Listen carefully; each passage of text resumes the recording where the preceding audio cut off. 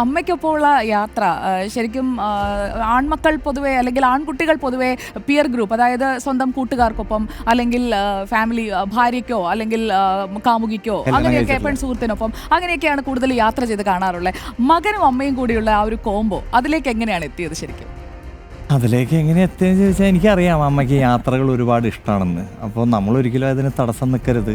അമ്മയ്ക്ക് ആഗ്രഹമുള്ള സ്ഥലങ്ങളിലൊക്കെ എനിക്ക് അമ്മയെ കൊണ്ടുപോകണമെന്ന ആഗ്രഹം ഉണ്ടായിരുന്ന സ്ഥലങ്ങളെല്ലാം ഞങ്ങൾ പോയി കഴിഞ്ഞു.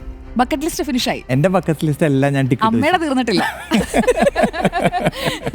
ശരിക്കും ഈ സന്തോഷം കാണുമ്പോൾ ഉണ്ടല്ലോ, വളരെ പോസിറ്റീവായിട്ടുള്ള ഒരു ചിരിയും ഒക്കെ എനിക്ക് തോന്നുന്നു പ്രേക്ഷകർക്കും അത് ഇപ്പോൾ ഫീൽ ചെയ്യുന്നുണ്ടാകും. അടുത്ത് നിന്ന് കാണുമ്പോൾ അതെ വളരെ പോസിറ്റീവായിട്ടുള്ളൊരു അമ്മയാണ്.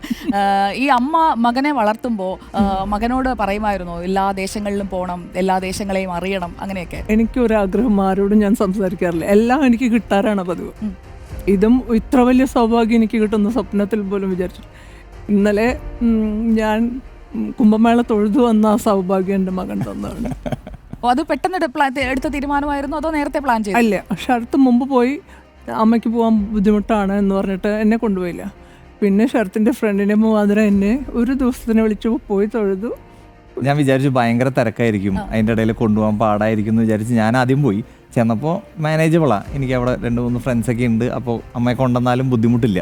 അപ്പോൾ തന്നെ പറഞ്ഞു കയറിക്കോ പോരാ, ഒന്നും ആലോചിക്കണ്ട.